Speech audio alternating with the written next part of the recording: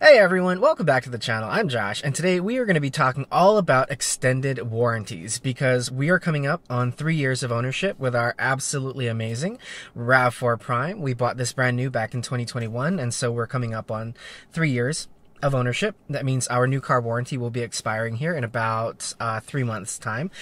So we have begun the long and arduous process of trying to figure out, looking around and doing our homework on all the extended warranty options that we have on this car. And because we want to keep this car for at least 10 years, but ideally as long as it will run, we're starting to look around at, what our options are. And man, I knew that this was going to be not an easy task, but it's turned into quite the ordeal.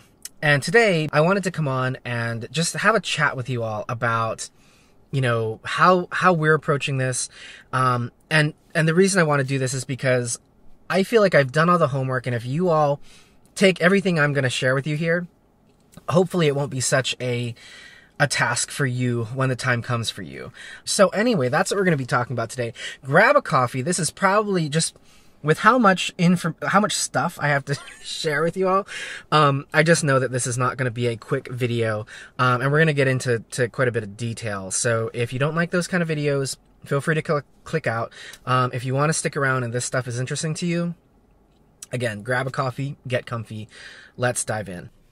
Okay, so the first thing I want to talk about here is timing. And what I mean by timing is when should you buy an extended warranty? And this is one of the biggest mistakes people make when they go to buy the car in the first place, for a number of reasons, which we'll get into, is, when you're sitting in the finance office and they're trying to push everything in the kitchen sink on you, they're like, ooh, this idiot's already, sitting here ready to buy this car. How much more stuff can I sell them? That is probably like the worst part of buying. I mean, there are many bad parts of buying a car, especially with Toyota dealers. That's probably the most painful, though, in my experience. And the biggest mistake you can make is buying an extended warranty at point of sale, okay?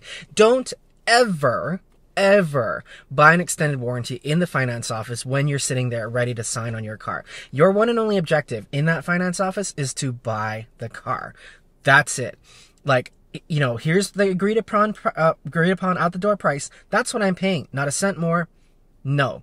And there are two reasons for that. So the first reason is, if you're buying a new or new-ish car, and by new-ish, I mean, like, let's say you're buying a 1-year-old car, right? It's still going to have 2 years and whatever remaining mileage of the new car warranty. You're covered. And if you buy a new car, you've got, 3 years, 36,000 miles on a Toyota, or 4 years, 50,000 miles on a Lexus. You don't need any more warranty than that at point of sale. And the thing is, okay, I know that a lot of people out there fully intend to, and will probably carry through on owning the car for 10 years, but anything can change in life over the course of 3 years. Life changes in terms of like having kids, getting married, getting divorced, moving cities. So much can happen that is completely out of our control in the time that you will own any vehicle. And there are a lot of life changes that will require you to buy a new vehicle or get rid of the one you have. Maybe you're moving to you started out with the car in a warm, climate that never has winter. Then you or your spouse needs to move for work, and all of a sudden you end up in some place that snows all the time, and now I need all-wheel drive, and all kinds of stuff can happen in 3 years. And the thing about extended warranties, this is the second reason not to ever buy one at point of sale, is if you buy an extended warranty at the point of sale on the car, you can cancel it. Let's say 2 years in, you need a bigger car. You can cancel that warranty. However, and this is what the finance people won't tell you, if you cancel it 2 years into ownership of the car, they will only refund you a prorated amount. No, don't ever buy your extended warranty at point of sale. It just doesn't make sense for a number of reasons. And the thing to know about at least Toyota, Honda, and Subaru, I know that to be a fact for all three, though this is a very common thing for other automakers as well. You have until the end of that new car warranty to add any extended coverage that you want. So you have until 3 years on the calendar, or until your odometer ticks over 36,001 miles, okay? So you do not have to buy anything right up front. And if a dealer ever, at least for Toyota, Honda, and Subaru, If a dealer ever tells you, but you need to buy this now because it's now or never, that more than not is complete BS. Don't ever take that at face value. Because more than not, it's not true. You have the full new car warranty term to add anything onto it. Once your odometer ticks over 36,001 miles, or you pass, 3 calendar years, then you might have, that window may have closed. But the window and the door to buy an extended warranty is open as long as the new car warranty on Toyota, Honda, and Subaru, and many others, is in effect. Okay. With that said, let's move on to the second topic here, and I want to talk about why an extended warranty is worth considering for cars today. No offense to my Gen X and Boomer viewers, but a lot of y'all don't understand where the big repairs on modern cars are going to come from. I can always tell, and I mean no offense. It's just really amusing to me because I read through all the comments and I get lots of emails and stuff. Like I can always generally tell what generation someone comes from whenever they start talking about car maintenance and repair. And the thing I hear a lot from my Gen X and Boomer viewers is they only worry about the engine and the transmission, so the mechanical stuff in the car. And the problem with that is, yes, those things, your engine and your transmission and your drivetrain and all, those can create giant, expensive repairs for you. However, cars today are so much more than that. Cars are basically computers on wheels, okay? And so the actual things that will can create a lot of expensive repair for you are actually the technology, electronics, wiring, all that kind of stuff that's in every new car today. I mean, even a basic base model Honda Civic has so much technology in there because every car today has, the ADAS systems, the driver assist systems. Every car today has, a big screen. There's just so much technology in cars today. And then when you start looking at a nicely loaded Lexus or a really high-tech plug-in hybrid, even like what we're sitting in this RAV4 Prime, so many things can go wrong and immediately create a ton of problems for you, and can very easily become as expensive a repair to repair technology, screens, cameras, radar sensors, wiring harnesses, etc., as having an actual serious engine issue. And in fact, actually a lot of times it can be even more expensive than that.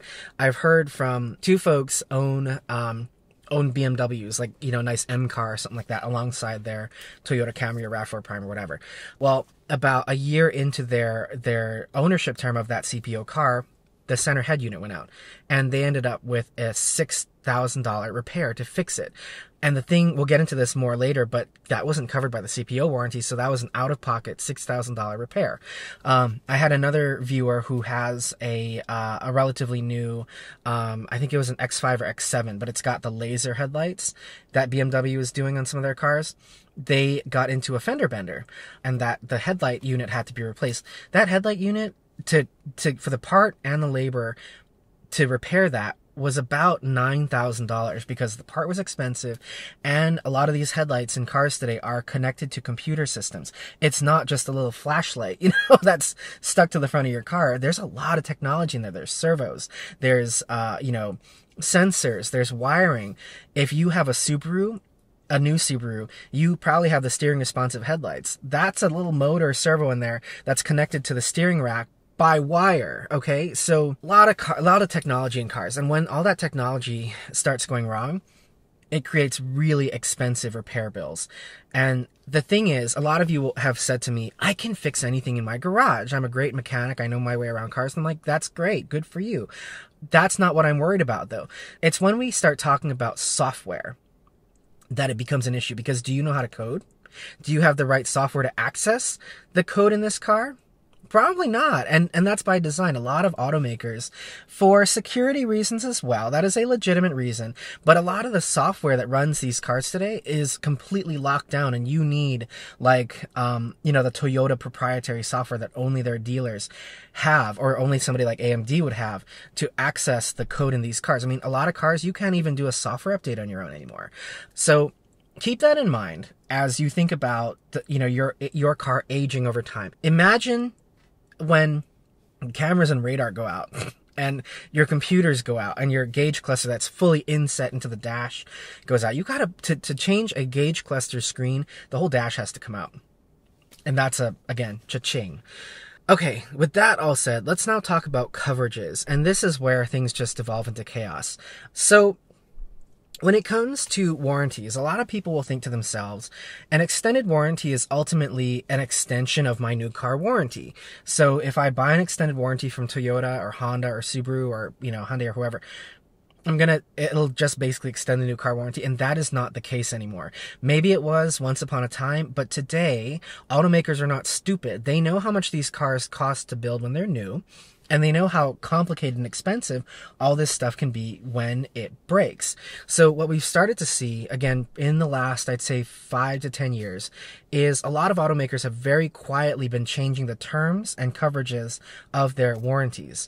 My viewers with BMW is a great example. BMW CPO warranty no longer includes technology. So if your head unit goes out, your headlights go out, any of the driver assist goes out, anything, that has to do with technology in the car is not covered, because BMW knows how expensive their laser headlights are.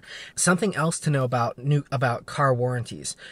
Some companies are really shady and slimy when it comes to what's transferable and what's not. And if you're buying any kind of used, whether it's CPO or, just kind of plain as is used, you need to look at the warranty and what is and is not transferable between the first owner, so whoever bought that car new, and you buying the car secondhand. Case in point, Hyundai advertises America's best warranty. Basically, they have a warranty on their new cars where it's 10 years, 100,000 miles, which is, again, way, way, way, way longer than anyone else in the industry. Well, here's what they don't tell you. That warranty is only applicable to the first buyer. So if you even if you buy a 1-year-old Hyundai, okay, 1-year-old, right? Let's say it's a dealer demo or whatever, and you buy it because you're going, oh, I'm getting an almost new car. You no longer get that warranty. You get instead a 5-year, 60,000 mile warranty, which is still better than the industry average, especially for the mainstream class. But it's misleading because, people are out there hearing these advertisements. Oh, 10-year, 100,000 mile warranty. Yeah, I'm going to buy a Hyundai because if something goes wrong, then I'll be covered. And that's not always the case. And then the other thing with Hyundai is certain things are not covered, and Hyundai is the worst when it comes to them actually accepting a claim under warranty. Read the fine print when it comes to warranties, because you can very easily get screwed out of your money and out of what you think you have, and then you end up with a really, rude awakening when something actually does happen. Okay, let's talk specifically now about Toyota and the coverages that we have on this car. And let me tell you, by the way, I am a very informed consumer, and I understand cars inside, outside, and backwards. And I still am not 100% confident that I understand all the coverages I have in this car, because Toyota makes it insanely complicated. Since 2020, Toyota and Lexus hybrids have come with extended coverages from the factory on hybrid vehicles to, make people more comfortable with the idea of owning a hybrid. For our car, the hybrid, or EV battery in this case, is covered for 10 years or 150,000 miles. Certain hybrid drive components, like the inverter with converter, traction drive motor, hybrid battery control module, and hybrid drive control module, are covered for 8 years or 100,000 miles. But notice there that the term is different. Battery is 10 years. Some of the hybrid control stuff is only 8 years. And then with PHEVs, we think, again, this is where the documentation from Toyota, not clear. And I spent like 2 hours reading through the fine print in my owner's manual. I literally took it out of the glove box, read through it, and it still doesn't fully make sense to me. But from what I can understand, the heat pump and other system components specific to the plug-in hybrid drivetrain in this RAV4 Prime are covered for 7 years and 70,000 miles.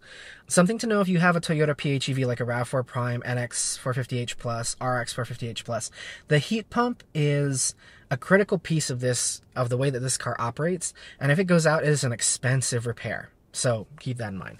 Now let's move on to the actual extended coverage plans, which Toyota calls Vehicle Service Agreements, or VSAs.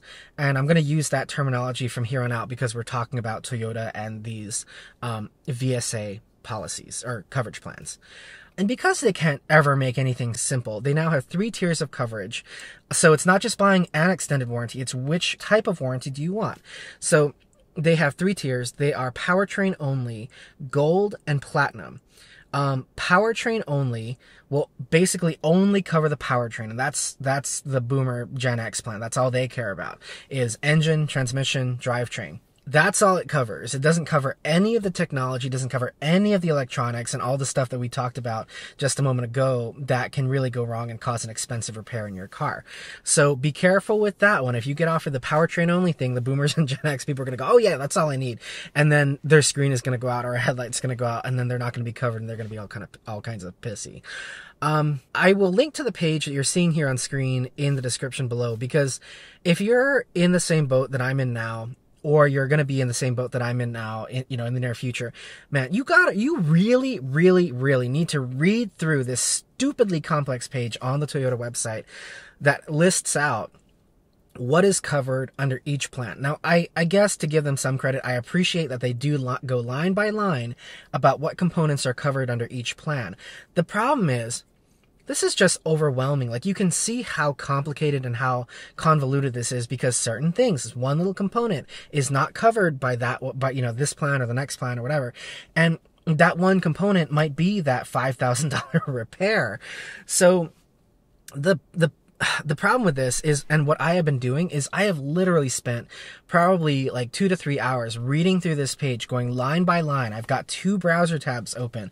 I've got this page on the left-hand side. I've got my Google browser on the right-hand side. And I am literally copying and pasting things out of the Toyota page and into Google to figure out what it is and if I really care about that thing being covered. It's so complicated.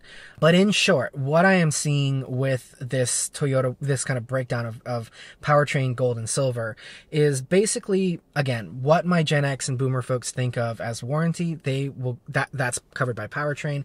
But technology is where you really want to start looking at gold and platinum.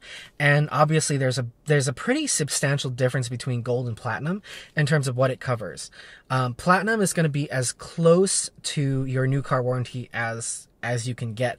But even platinum does not cover certain things that would be covered by your new car warranty. So again, you really have to look through this list and figure out what is or what is not covered. And as I go through the gold list, I'm going, there are a lot of things that are still not covered in this mid-tier coverage. I'm really looking at platinum, because I'm going, if I want to make the most of my money that I'm going to spend on this extended warranty, I want everything to be covered, or as much as I can to be covered, and that's kind of where platinum is. So I'm kind of like, oh, I guess I gotta buy that. So with that, let's now talk about how you buy one of these warranties. And if you thought the actual warranty coverages itself was chaos, wait till we talk about this. Okay.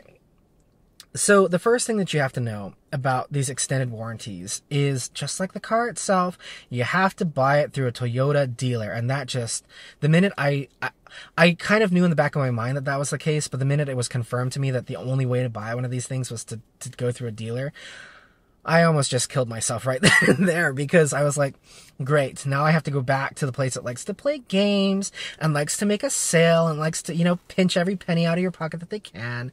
And just like everything else with dealers, pricing and policies and just kind of general how they handle this kind of stuff is all over the board. The thing to know about this, however, there's good and bad to this. The thing to know is you don't have to go and buy a warranty from the dealer you bought your car from. So what that means is you can shop dealers. So I have been calling, kind of all the different dealers in Texas to see what price they're willing to offer me on my 8-year, 75,000 mile platinum plan. So that's the good part. You're not locked into like one price just because your dealer said that's what it is. The downside to it is you have to play the dealer's games. You have to deal with all that bullshit that comes along with Toyota dealers. And I'm sorry, listen, I mean no disrespect if you work for a Toyota dealer or if you like your Toyota dealer, but some dealers that I've talked to in doing this whole thing myself is, some of them are like, won't even give you the time of day, because it's like, they just want to focus on selling cars and the people that are sitting in front of them in their office. Other dealers, on the other hand, realize that this is a money-making opportunity, and then like a lot, like two of them that I reached out to get a quote from, they wouldn't even deal with me via email. They're like, oh, you have to call us. And then when you call them, they get to make their sales pitch to you. And I had one dealer who I almost like swore at, because the guy so when I call these dealers, I'm saying, listen, I know exactly what I want. I want numbers on a gold and platinum plan for 8 and 10 years. I won't waste your time if you don't waste my time. And I'm very upfront with them about that, because I don't intend to waste their time if they don't waste my time. And this one dealer goes, well, sir, I can run you a number on the gold plan, but anyone who really cares about their car the way you seem to, because you're, actively searching for an extended warranty, you don't even want to touch the gold plan. You want the platinum plan. So why don't I just run you a quote on the platinum plan? And I was like, I hung up the phone. I almost said something not nice to him. And I was just like, no, I'm done. So click. It's just such a pain. But now let me share the numbers that I have. But keep in mind, as I say this, that the numbers are going to vary for every different car. So RAV4 Prime is probably going to have different numbers than like RAV4 Hybrid. It's going to have different numbers than V6 Camry, GX460, so on and so forth. The lowest number that I've gotten thus far for a platinum and gold plan for 8 years and 75,000 miles, which is what I want, is $1,600. A platinum plan for the same 8-year, 75,000 mile term was only about $1,820. So there was only $200 of difference between the platinum plan and the gold plan. And the platinum plan, as we saw, covers a ton more. Okay, so with that pricing in mind and kind of thinking about what it covers and all the stuff we've talked about to this point, now I want to talk about my thoughts and just share my opinions about whether it's worth it to buy an extended warranty. And again, here I totally understand that everyone is going to have a different opinion on this, because some people are vehemently against buying an extended warranty. Other people would not drive, leave their house with an extended warranty. So you don't have to agree with my opinions, but I want to share kind of where my head is at and why I am leaning toward buying one for this car. So, first off, the biggest thing to know kind of about what's informed my opinion is I'm the kind of person who I very strongly believe that if you bring an umbrella, it won't rain. Okay. And I'm willing to carry an umbrella around all day to prevent it, to make it not rain. Okay. Is that backed by any kind of science? Absolutely not. Will it still rain if I have an umbrella? Yeah, sure. And you know what? If it does, I'll be protected because I can pop my umbrella open and keep myself a little bit more dry than if I had just kind of thrown caution to the wind and left my umbrella at home. And I look at extended warranties the same way. I look at them as a precaution for an eventuality that may or may not happen. And, this RAV4 Prime, let's set some context here. We're talking about a Toyota vehicle, and Toyota vehicles have above average reliability when held up to the car market. The Toyota hybrid system is an architecture that's about 27 years old at this point. It came out with the original Prius back in 1997. I've talked about this before, so I won't get into it here. But with a Toyota, one of the reasons most people buy Toyotas is because they have above average reliability. So that would say that you're probably safer off without an extended warranty on this car or any Toyota than you would be on like a BMW with laser headlights and, a brand new powertrain and all the technology and stuff that's in there.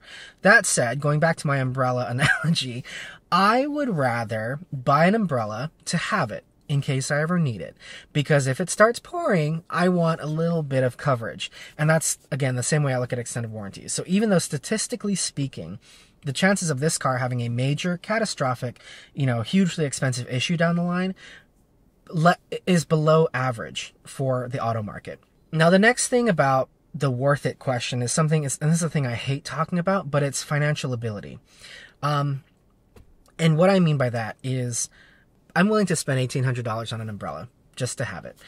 It's probably not the smartest use of $2,000, but I'm willing to spend that because I can afford to buy peace of mind. And I hate to say that, but that's the reality.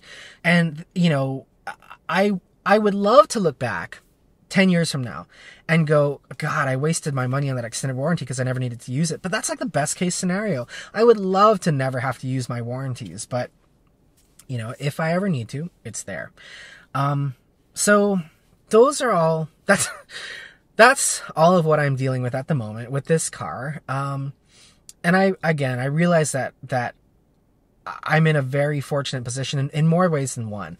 And I don't just mean financially. I mean that I understand cars. I know how to do this. I am a project manager at work, so I can project manage every other aspect of my life the same way. Like, I feel very fortunate and grateful that I have the knowledge and the skills to be able to deal with all this crap, because there are a lot of people out there who will get conned out of their money and, you know, sold crap that they don't need, and they won't do their homework and all this kind of thing. So my hope for you all, my hope for this video, and it's been long, I know, I apologize for that, is that everything I've shared here helps you kind of better think through this yourself.